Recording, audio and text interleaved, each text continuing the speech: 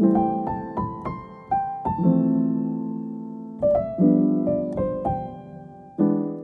j'espère que vous allez bien. Bienvenue dans une nouvelle vidéo.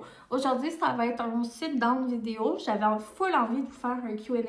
Mais ça fait longtemps que je vous en ai pas fait. Puis c'est vraiment des vidéos que j'aime faire parce que j'aime ça, jaser de plein de choses. Puis des fois dans les vlogs, mais comme on a moins le temps de jaser en profondeur. Fait que je vous ai demandé si vous aviez des questions sur Insta. Fait que je pense que je vais faire une portion ici, puis il va y avoir une portion aussi exclusive pour les membres Close Friends. Fait que les membres Close Friends, c'est comme l'abonnement mensuel à 2 kicks par mois. Ils ont le privilège de voir toutes les vidéos en primeur, puis des fois je fais des vidéos exclusives pour eux, mais comme sinon vous manquez rien. C'est vraiment pas obligatoire. Mais il y a quand même il y a pas eu beaucoup de questions, mais je trouve qu'il y a eu quand même des bonnes questions. Fait que j'étais bien contente. C'est des questions qui font changement. Et ben voilà, ça va être la vidéo d'aujourd'hui. Alors, c'est parti! Vos chicanes de couple portent en général sur quoi? La réponse va être un peu plate. Ben, ça dépend. OK. Donc, je dirais qu'on n'a pas vraiment de chicane de couple. On se chicane pas vraiment. Le boyfriend et moi, il faut comprendre que ça fait comme 15 ans qu'on est ensemble. Ça va faire 15 ans cette année. Donc, c'est sûr que là, on a un gros historique de couple. Mais je dirais que depuis qu'on a emménagé ensemble, on n'a pas vraiment de chicane. Ça arrive jamais, tu sais, qu'on s'engueule ou que, genre, on se crée des bêtises ou que, tu sais, on se parle pas pendant des journées ou, tu sais, ça arrive qu'on s'ostine sur des sujets ou qu'on a des désaccords ou que, tu sais, il y a des choses qui nous déplaisent. Mais comme avoir une chicane, c'est très rare. Ben, en fait, ça arrive pas, là. En tout cas, pas depuis qu'on habite ensemble. Je dirais avant, tu sais, dans la première partie de notre couple, tu sais, ça fait 15 ans qu'on est ensemble, puis on s'est souvent demandé, comment ça, tu sais, comment vous faites, puis tout. Mais tu sais, ceux qui nous ont connus, mettons, au début de notre couple, c'était vraiment pas le cas, là. Tu sais, on se chicanait souvent. Et je pense que aussi, c'est une belle progression, puis je trouve ça le fun de voir ça, tu sais, l'évolution de notre couple. Comment les premières années qu'on était ensemble, on n'était vraiment pas à la même place aussi. Et on avait beaucoup plus de friction, beaucoup plus de tension, beaucoup plus de désaccords. On était vraiment différents. Puis, ben, en vieillissant, finalement, on a appris à communiquer, on a appris à comment l'autre est fait, on a appris à lâcher prise sur des choses. Je pense qu'on est juste vraiment un bon match. On s'aime aussi vraiment beaucoup, on a un respect immense un pour l'autre. Tu sais, boyfriend, je m'imagine rester pour toujours avec lui, mais je sais que je l'aime tellement, tu sais, puis je l'ai choisi comme père de mon enfant que comme peu importe, je veux juste le mieux pour lui. Puis si un jour je me dis qu'il est mieux sans moi, ben comme je vais lui souhaiter ça. En tout cas, c'est pas ma possession, c'est pas, tu sais, je pense qu'on a vraiment un amour un pour l'autre qui est super sain.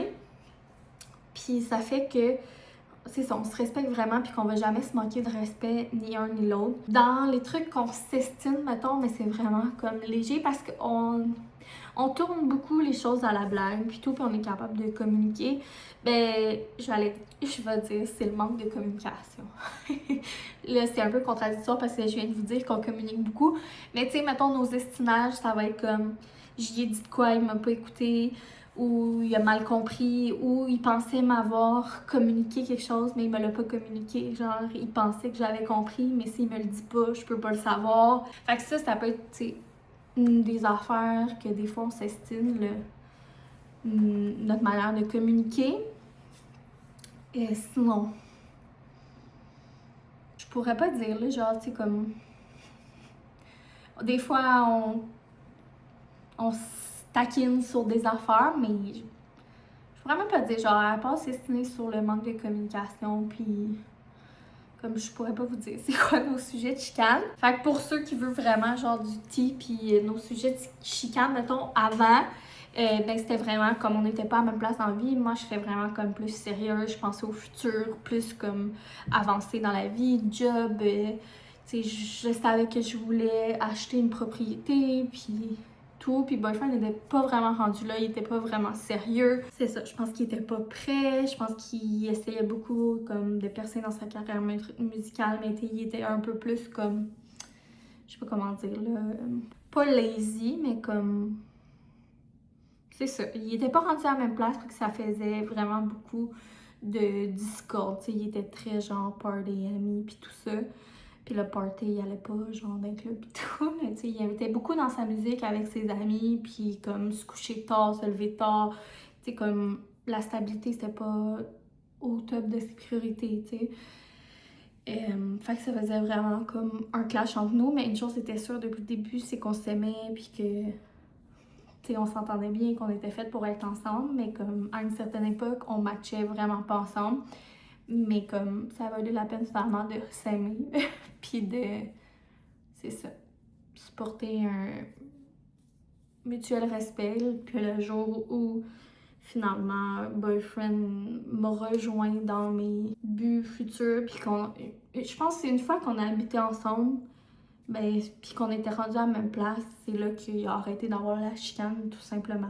Tu sais, on se chicane pas à propos de l'argent, on se chicane pas à propos de l'éducation, on est pas mal tout le temps sur la même longueur d'onde, puis pas mal tout le temps d'accord. Fait que comme je vous dis souvent, mettons qu'on va s'estiner, ça va être genre... On s'est mal compris, puis c'est pas mal ça, puis ça arrive rarement. Alors voilà, 5 minutes pour la première question. On continue. Un prochain voyage en vue, pas pour le moment. Je suis quand même vraiment spontanée là, dans mes trucs de voyage. Je sais qu'on aimerait beaucoup aller à Disney un jour, mais c'est très cher. Puis, c'est ça. On a tellement aimé notre voyage au Nouveau-Brunswick, on dirait que je peux pas croire que j'y retournerai pas.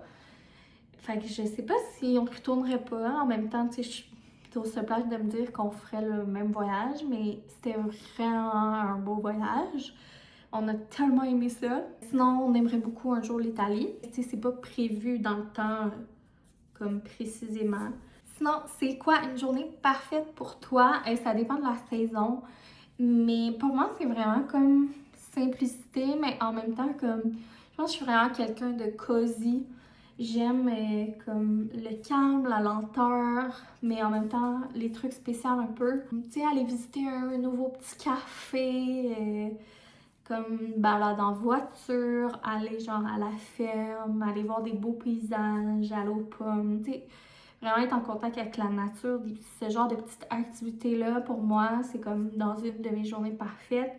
Faire des casse-têtes, avoir une chandelle allumée, comme relaxer. Si j'avais un feu de foyer, définitivement, genre passer un moment près d'un feu de foyer, à lire, à faire du dessin, de la peinture, tu sais, comme qu'est-ce qui est cosy, création, créatif. Mais en même temps, autant j'aime ça, genre cosy, relax, genre tranquille, autant j'ai quand même besoin de me sentir productive. Fait que c'est pour ça que j'aime ça, genre faire des trucs créatifs ou des casse-têtes ou des trucs comme ça. Je trouve que ça combine vraiment les deux, comme ça l'occupe mon cerveau qui a besoin de faire quelque chose, mais en même temps, c'est des trucs relax, comme... Fait que c'est pas vrai, moi, j'ai pas besoin de la grosse affaire. Mais j'aime ça explorer, j'aime ça aller voir des choses nouvelles. Fait que je dirais, tu sais, comme une petite journée en famille, vraiment cosy, vraiment simple, popote. Tu sais, en ce moment, c'est ça qui me viendrait en tête, genre, ouais. Fait que vous pouvez un peu vous imaginer le style de journée. C'est la journée parfaite pour moi, genre rien de over extravagant. Quels sont tes buts et rêves pour la prochaine année? Je pense que je suis dans une phase de ma vie, maintenant que je suis ça depuis 4 ans, que je sais plus trop qui je suis, je sais pas trop qu'est-ce que je veux. Je pense que j'ai tellement de personnalité en moi. J'ai comme vraiment beaucoup de dualité. Fait que c'est dur pour moi d'établir des buts, des rêves. Puis je pense que je manque de confiance en moi. Fait que c'est encore plus dur d'avoir des buts, des rêves parce que je me laisse pas avoir des buts, des rêves. Je sais pas, je pense que j'aimerais ça justement. Mon but, mon rêve serait de trouver comme un peu ma place puis de me sentir 100% à ma place puis épanouie. Mais mettons qu'on y va dans le rêve et tout, je pense que je me rends compte que je suis quelqu'un qui a besoin de créer, je suis besoin de quelqu'un qui aime quand même faire de la petite gestion, des trucs genre créatifs.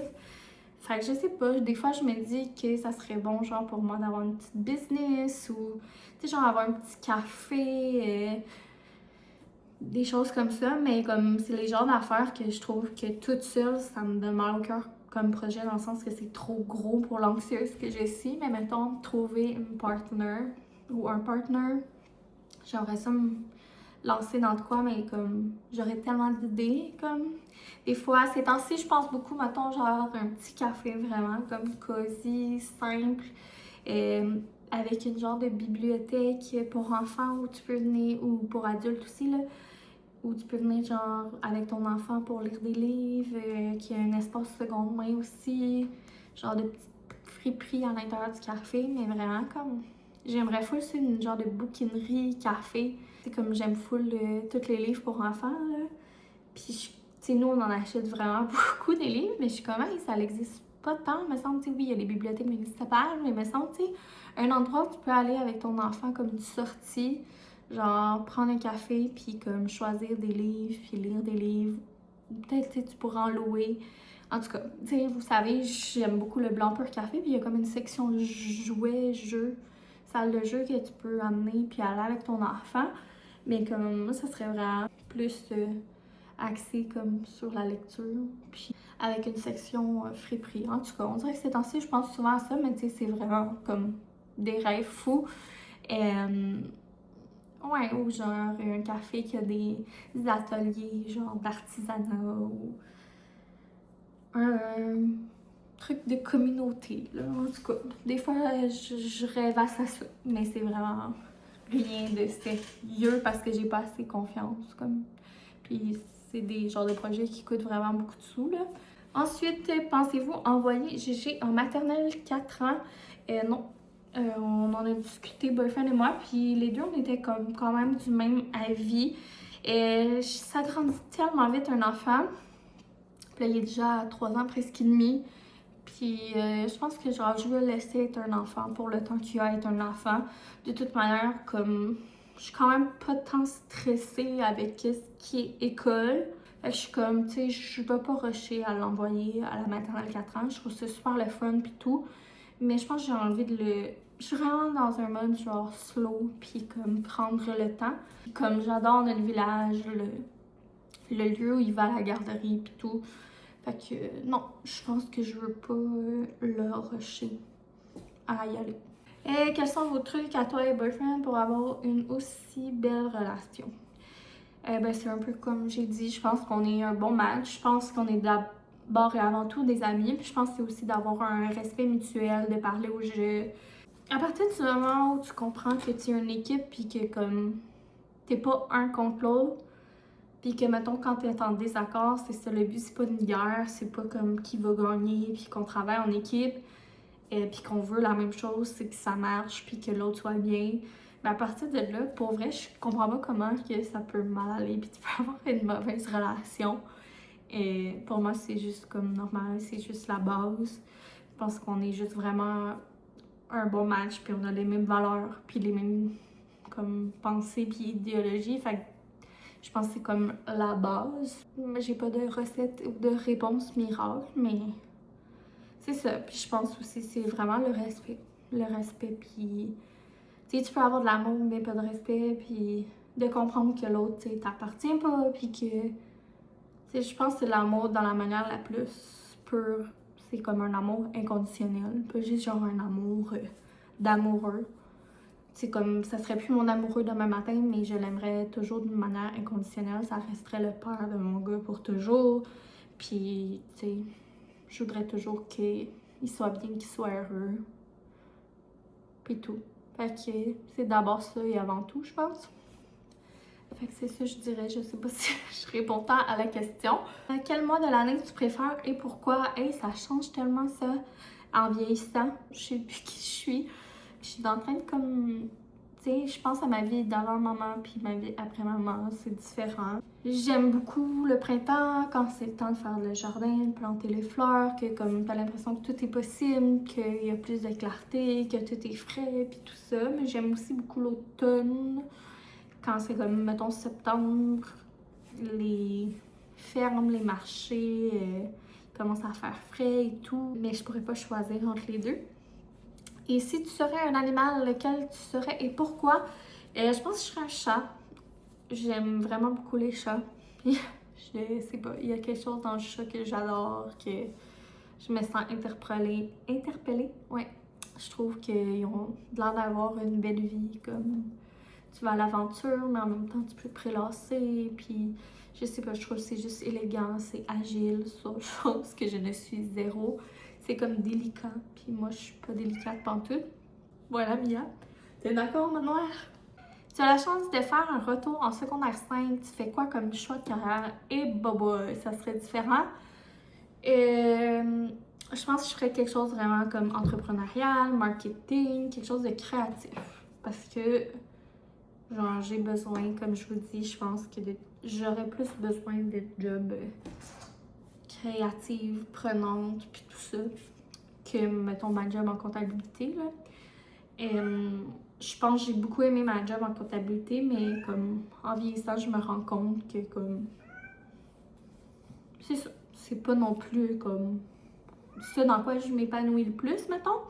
Fait que je sais pas quoi exactement, mais clairement, j'aurais fait quelque chose comme de créatif. J'avais failli aller en infographie, en truc visuel, et j'aurais dû, je pense, m'écouter. Je crois que c'est ça, j'aurais vraiment plus trippé. Prochaine question, c'est quelqu'un qui l'a écrit d'un faux compte. Donc, ça me fait toujours rire.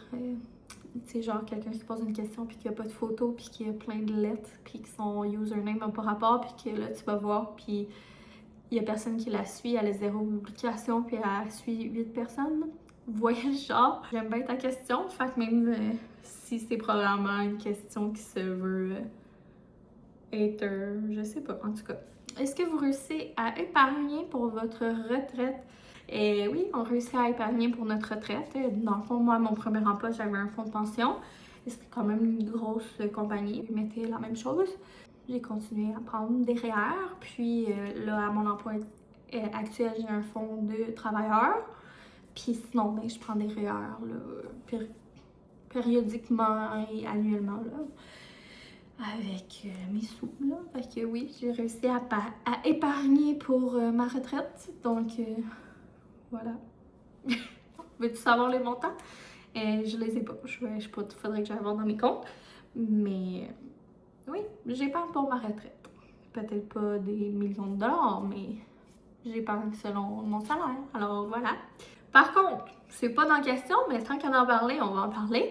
Où est-ce que vous pourriez me prendre en défaut et que j'avoue que je fais dur et que j'ai une lacune? C'est au niveau du testament, puis au niveau genre assurance vie. Je pense que là, j'ai vraiment, c'est mon objectif des prochains mois, prochaine année. Là, j'avais mon hypothèque à régler d'ici la fin novembre. Là, on avait notre renouvellement hypothécaire, fait que je voulais comme focusser là-dessus. Mais là, ça fait genre 5 ans qu'on procrastine sur le testament.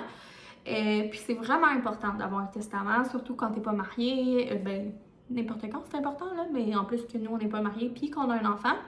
Fait que si vous voulez me prendre en défaut puis me juger, ben jugez-moi par rapport à ça parce que non, je n'ai pas de testament. Fait que je vais remédier à ça dans les prochains mois. Donc voilà. C'est sûr que c'est plate de dépenser pour ça, là. C'est à peu près genre 800 $. Mais bon, c'est vraiment important. Fait que pour ça, vous pouvez me juger si vous vouliez me juger.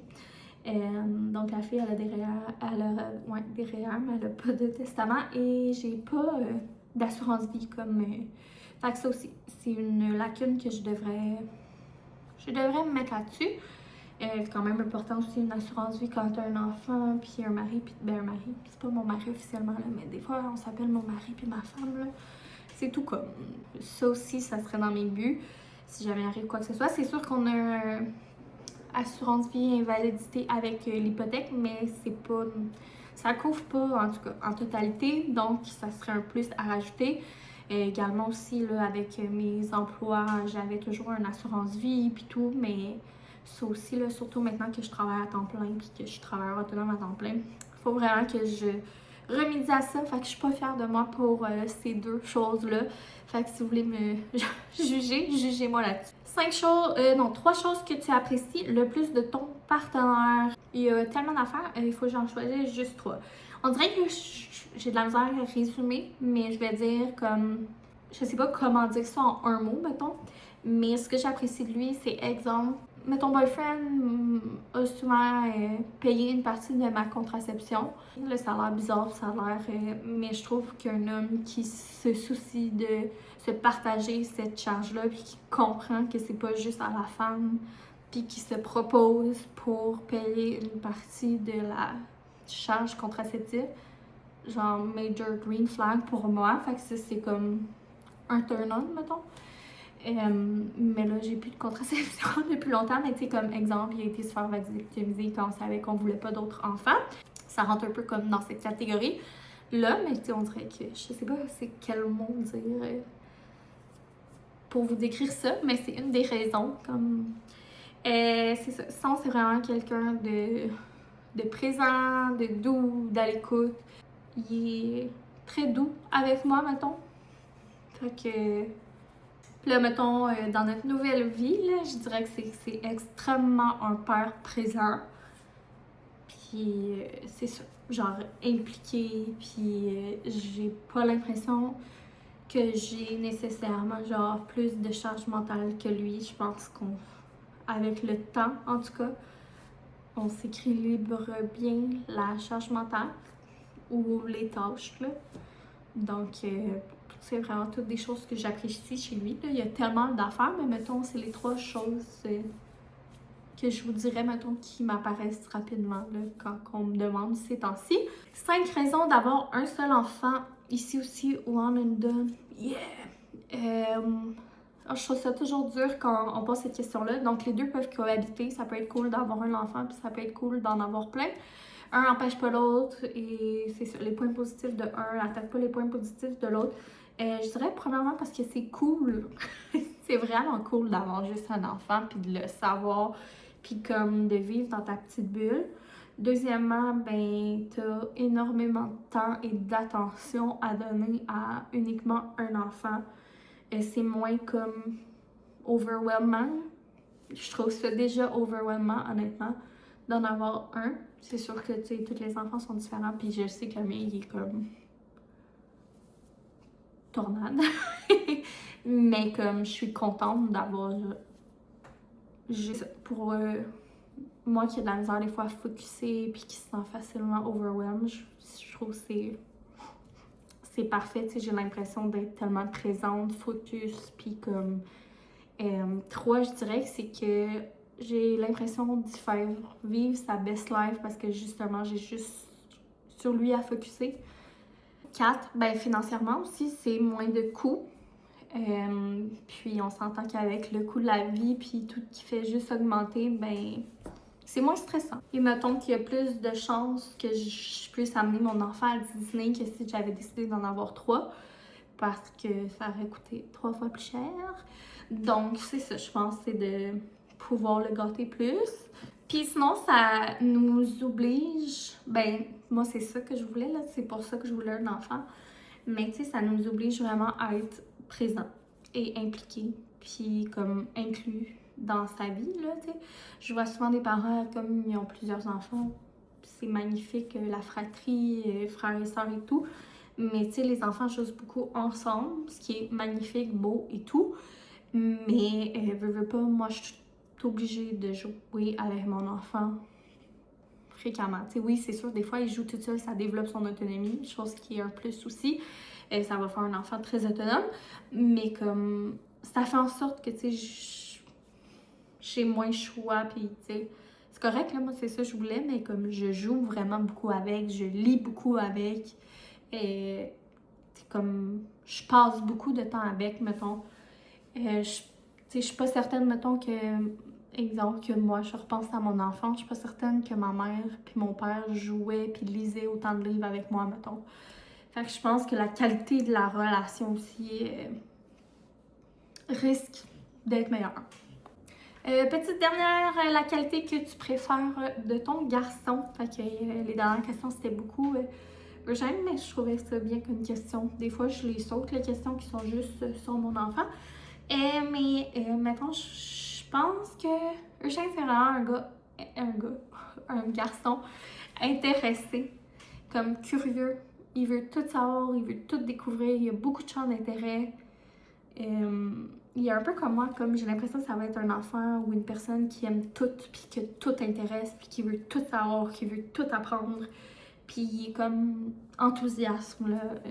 Tu sais, comme quand on a passé l'Halloween, il participe à 110%, là. Tu sais, il va aller cogner aux portes, il va dire un bonbon ou un sort, comme dans les films. Là, il va dire merci. Là, il va se retourner de bord, puis il va pas être pressé comme d'aller à l'autre maison. Il va prendre le temps, il va regarder les décorations, nommer c'est quoi qu'il voit. Tu vois qu'il analyse, tu sais, il participe, il vit le moment comme à fond, il vit le moment à 100%. Puis il dit comme non, je veux regarder les décorations. Puis là, tu sais, c'est pas, il est comme, c'est beau, je trouve, cette fougue, puis cet intérêt de tout vivre à 1000 à l'heure, comme. Puis d'être curieux, puis tu sais, il aime la lecture, il aime la cuisine, il aime la construction, puis il est comme travaillant, il est pas... c'est pas un enfant, mettons, lazy. Oui, c'est une tornade, puis il déplace de l'air, mais en tout cas, je pense que c'est beau comme qualité, ça, son intérêt pour la vie. Alors voilà, ceci conclut le Q&A. J'espère que vous allez avoir aimé ça. Moi, j'ai fait aimé ça répondre à vos questions.